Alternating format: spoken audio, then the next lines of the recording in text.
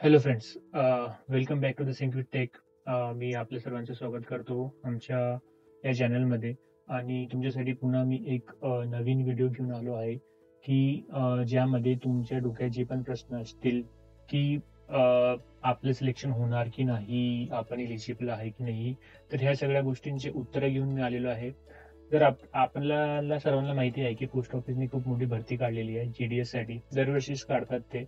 आणि दरवर्षी किती पर्सेंटेज वाले मुलं इलिजिबल होतात याच्या सगळ्याचं आपण आज विश्लेषण करणार आहे. तर तुमच्या डोक्यात हे प्रश्न असतीलच की मला एवढे पर्सेंटेज आहेत 10वी मध्ये आणि मी इलिजिबल आहे की नाही, किंवा माझ्या डिस्ट्रिक्ट मध्ये किंवा माझ्या डिव्हिजन मध्ये किती टक्के मला हवेत इलिजिबल होण्यासाठी, किंवा माझी कास्ट फॉर एक्झाम्पल ओबीसी आहे किंवा ओपन आहे किंवा SC ST आहे, तर मला किती पर्सेंटेज पाहिजे इलिजिबल होण्यासाठी. तर या सगळ्या गोष्टींची उत्तरं घेऊन मी या व्हिडिओमध्ये आलो आहे. आशा करतो हा व्हिडिओ तुम्हाला आवडेल आणि पूर्ण व्हिडिओ तुम्ही शेवटपर्यंत बघा, जेणेकरून तुम्हाला तुमचे सगळे उत्तर भेटतील. तर चला स्टार्ट करूया आजच्या व्हिडिओला. तर सांगू इच्छित आहे की आमच्या टीमने खूप मेहनत घेतली आहे की मागचे जेवढे पण रिझल्ट होते मागच्या वर्षीचे, त्याचं सगळ्याचं विश्लेषण केलं आहे. आणि टीमनी काय केलं आहे की 3 याद्या जे पोस्ट ऑफिसने प्रसिद्ध केल्या होत्या मागच्या वर्षी, त्या तिन्ही याद्यांचं विश्लेषण केलं आहे आणि एक ग्राफिकल माध्यमातून आम्ही तुम्हाला ते समजवण्याचा प्रयत्न इथे करतोय.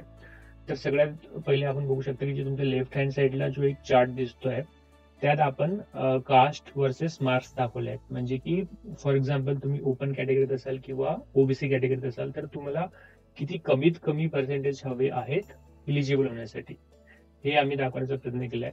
तर जसं तुम्ही बघू शकता की जी फर्स्ट मेरिट लिस्ट आली होती त्यामध्ये ओपन कॅटेगरीला अराउंड 90% पाहिजे होते. सेम ओबीसी सुद्धा 90चे जवळपास होतं. EWS थोडंसं 2% कमी होतं, अराउंड 88 पर्यंत. आणि तेच SC आणि ST थोडंसं कमी, म्हणजे 1-2% 89 आणि 84% पर्यंत होतं.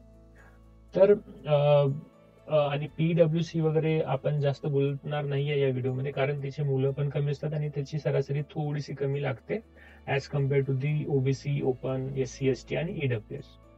तर पहिल्या मेरिट लिस्ट मध्ये तर हे सीन होतं की तुम्हाला कमीत कमी जर तुम्ही ओबीसी असाल तर 90% कमीत कमी तुम्हाला पाहिजे. तेच तुम्ही जर ST कॅटेगरीमध्ये असाल तर तुम्हाला कमीत कमी 84% पाहिजे 10वी मध्ये. पोस्ट ऑफिस कुठलीही एक्झाम इथे घेत नाही, फक्त आणि फक्त इलिजिबिलिटी ठरते तुमच्या 10वीच्या मार्क्स वरती. आणि ज्याला जर हे पर्सेंटेज असतील तर त्यांना नक्कीच पोस्ट ऑफिस रिक्रूट करते. हे झालं तुमच्या कास्ट वर्सेस मार्क्सची बद्दल. आता आपण बघूया की डिव्हिजन वर्सेस मार्क्स. डिव्हिजन म्हणजे की महाराष्ट्रात जेणेकरून आय गेस 28 ते 30 डिव्हिजन्स आहेत आणि त्यात किती पर्सेंटेज तुम्हाला पाहिजे. तर जसं तुम्ही राईट हँड साईडच्या चार्ट मध्ये बघू शकता की जर तुम्ही अहमदनगरमध्ये असाल तर तुम्हाला कुठेतरी 90%च्या जवळपास पर्सेंटेज पाहिजे इलिजिबल होण्यासाठी. तेच जर का तुम्ही थोडस खाली आलेत, 80% सुद्धा इथं आहे मुंबई सिटीसाठी. तर मुंबई सिटीसाठी तुम्हाला अराउंड 80% पाहिजे इलिजिबल होण्यासाठी कमीत कमी. तर अशा प्रकारे हा चार्ट आपल्याला इथे दाखवतो की किती कमीत कमी तुम्हाला पर्सेंटेज पाहिजे तुमच्या डिव्हिजन मध्ये इलिजिबल राहण्यासाठी. सेकंड, आता आपण जे सेकंड मेरिट लिस्ट लागली होती की त्यात कमीत कमी किती पर्सेंटेज पाहिजे तुम्हाला इलिजिबल होण्यासाठी. तर सेकंड मेरिट लिस्ट मध्ये थोडंसं पर्सेंटेज खाली आलं होतं. जे 90% होतं ते ओपन कॅटेगरीसाठी आलं होतं 89. सेम ओबीसी साठी पण 89 झालं होतं आणि EWS सेम होतं 88 फर्स्ट मेरिट लिस्ट मध्ये सुद्धा आणि सेकंड लिस्ट मध्ये सुद्धा. SC ST मध्ये सुद्धा काही जास्त व्हेरिएशन बघायला भेटले नाहीत. सेम पर्सेंटेज आपल्याला दिसते सेकंड मेरिट लिस्ट मध्ये. PWC आणि हे पण सेम रेंज मध्ये दिसत आहेत. फारसं असं अंतर आम्हाला दिसलं नाही पर्सेंटेज मध्ये सेकंड मेरिट लिस्ट मध्ये. तर जे मुलांना जे आपण फर्स्ट मेरिट लिस्ट बघितली सेम इलिजिबिलिटी आपल्याला सेकंड लिस्ट मध्ये दिसून येते. आणि तेच आता आपण डिव्हिजन वाईज बघितलं तर इथं थोडेसे आम्हाला व्हेरिएशन दिसून आले. एक फॉर एक्झाम्पल जर पंढरपूर बघत असाल तर कमीत कमी मुलं जे सिलेक्ट झाले ते 80% वरती सुद्धा सिलेक्ट झाले आहेत. आणि नागपूर सारख्या सिटीमध्ये ते 95 पर्यंत सुद्धा गेले आहेत.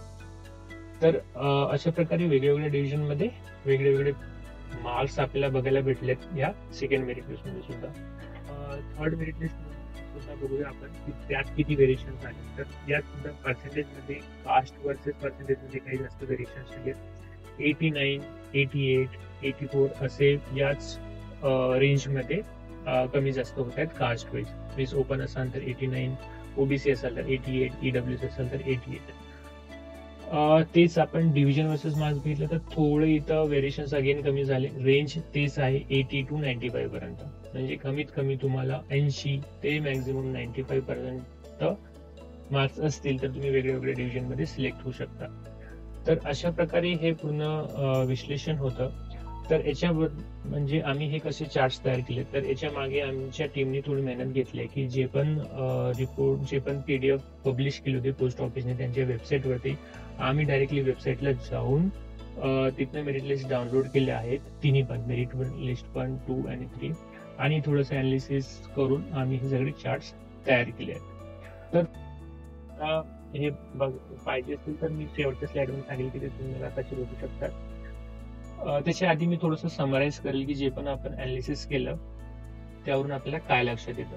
तर सगळ्यात पहिला प्रश्न की मला किती टक्के आवश्यक आहे इलिजिबल होण्यासाठी. तर जसं आपण बघितलं की डिफरंट कास्टमध्ये डिफरंट आहेत, पण आपण कमीत कमी 80 ते 90% मध्ये जर असाल तर तुमचे चान्सेस आहेत सिलेक्ट होण्यासाठी. तसंच तुमच्या जिल्ह्यात सुद्धा 80 ते 91% पर्यंत आपण बघू शकतो की तुम्हाला पर्सेंटेज हवे आहेत इलिजिबल होण्यासाठी. आणि किती लिस्ट लावल्या होत्या, तर मागच्या वर्षी साधारणतः 3 लिस्ट लावल्या होत्या पोस्ट ऑफिसनं. यावर्षी जास्त पण होऊ शकतात, कमी पण होऊ शकतात, डिपेंड की किती मुलं अप्लाय करतात आणि किती मुलं स्क्रुटनाइज होतात. स्क्रुटनाइज म्हणजे की काही मुलांचे फॉर्म तर भरून देतात पण ते प्रॉपर फॉर्म नसतात किंवा जे डॉक्युमेंट्स मागितले ते प्रॉपर नसतात, तर ते सुद्धा रिजेक्ट होतात. आणि जे फक्त ज्यांचे डॉक्युमेंट्स क्लिअर आहेत त्यांचीच फक्त लिस्ट पोस्ट ऑफिस लावते आणि त्याच्यानंतर ते पर्सेंटेज वरती बघते की कोणाला किती पर्सेंटेज आहेत आणि त्याच्या अकॉर्डिंगली ते लिस्ट लावतात. तर आय गेस तुम्ही तुमच्या डोक्यात असलेल्या तिन्ही क्वेश्चन्सचे आन्सर दिले आहेत. आणि जर तुम्हाला थोडं अजून बघायचं असेल की तुम्हाला तुमची कास्ट आणि तुमच्या डिव्हिजन मध्ये व्हिडिओमध्ये मी प्रत्येक जिल्ह्याचं नाही सांगू शकलो, बट जर तुम्हाला तुमच्या जिल्ह्याचं बघायचं असेल की तुमच्या जिल्ह्यात त्या कॅटेगरीला किती पर्सेंटेज पाहिजे, तर तुम्ही डिस्क्रिप्शन बॉक्समध्ये दिलेल्या व्हॉट्सअप नंबरवरती मला संपर्क करू शकता. मी तुम्हाला ते एक्सेल शीट आणि PDF पाठवून देईल, जेणेकरून तुम्ही तुमचं इलिजिबिलिटी फाइंड करू शकता. यांनी काय होणार की तुम्ही आशेवरती बसणार नाहीत. फॉर एक्झाम्पल तुम्हाला जर 75 आणि 78 पर्सेंटेज आहेत, तर मी म्हणेल की खूप कमी चान्सेस आहेत तुमचे इलिजिबल होण्यासाठी. आणि तेच तुम्ही 85 to 90 या रेंज मध्ये असाल तर डेफिनेटली तुम्ही सिलेक्ट होऊ शकता आणि तुम्हाला कॉल येऊ शकतो. तर जर तुम्हाला डिटेलमध्ये पाहिजे असेल तर नक्कीच मला व्हॉट्सअपवरती संपर्क करा. आणि शेवटचं, जर तुम्हाला हा व्हिडिओ आवडला असेल, हे विश्लेषण आवडलं असेल, तर आमच्या चॅनलला सबस्क्राईब करा. जर तुम्ही आतापर्यंत केलं नसेल, सबस्क्राईब करा, लाईक करा आणि शेअर करा तुमच्या मित्रांसोबत ज्यांनी पोस्ट ऑफिसचा फॉर्म भरला आहे. होप त्यांना ही माहिती युजफुल होईल आणि तुम्हाला सुद्धा ही माहिती युजफुल ठरेल. तो सर्वांचं मी मनापासून धन्यवाद करतो आणि हा व्हिडिओ इथे संपवतो. धन्यवाद.